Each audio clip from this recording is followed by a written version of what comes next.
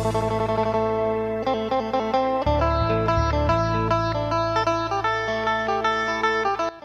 ือน3บุญข้าวจีเดือน4บุญพระเวทครับมื้อนี้ผมกสิพาพี่น้องมาเบิงเขาแห่บุญพระเวทครับนี่เป็นบุญพระเวทของอำเภอบ้านใหญ่ครับมื้อนี้มา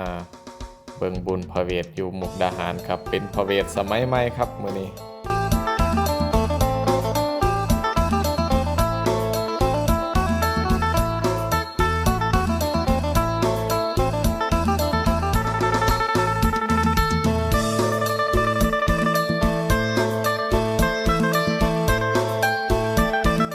นี่ครับพระเวทสมัยใหม่สร้างกับสีใส่แบบนี้เลยเด้อครับแบบใส่แบบรถขับเอาเลยครับรถยูเอาเลยครับสมัยนี้สร้างบ่ได้ย่างเป็นโตได้ครับมากันนี่แล้วครับมามีรอได้ครับโอ้ทันสมัยขนาดเลยสมัยนี้คักแท้ๆ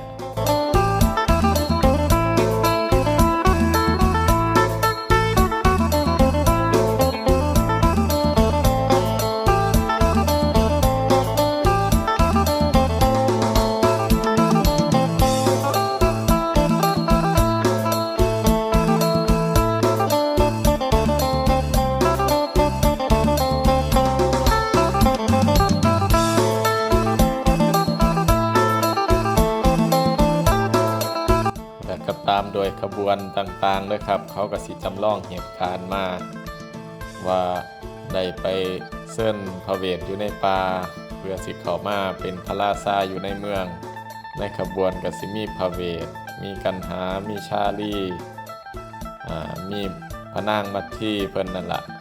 พระนางมัทซีก็สิมีครบแล้วก็มีการฟ้อนล่ำมีการ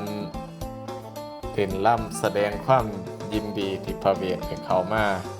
เป็นพระราชาหลังจากที่ได้ถูกนิรเทศออกไป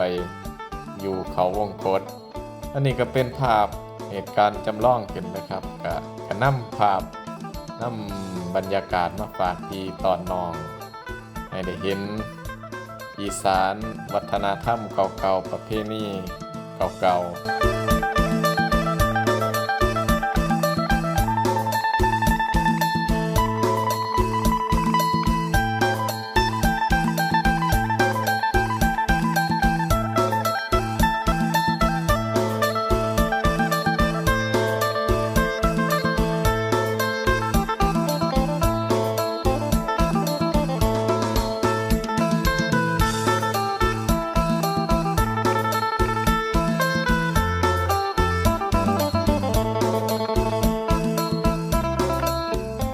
ช่วงนี้ก็เป็น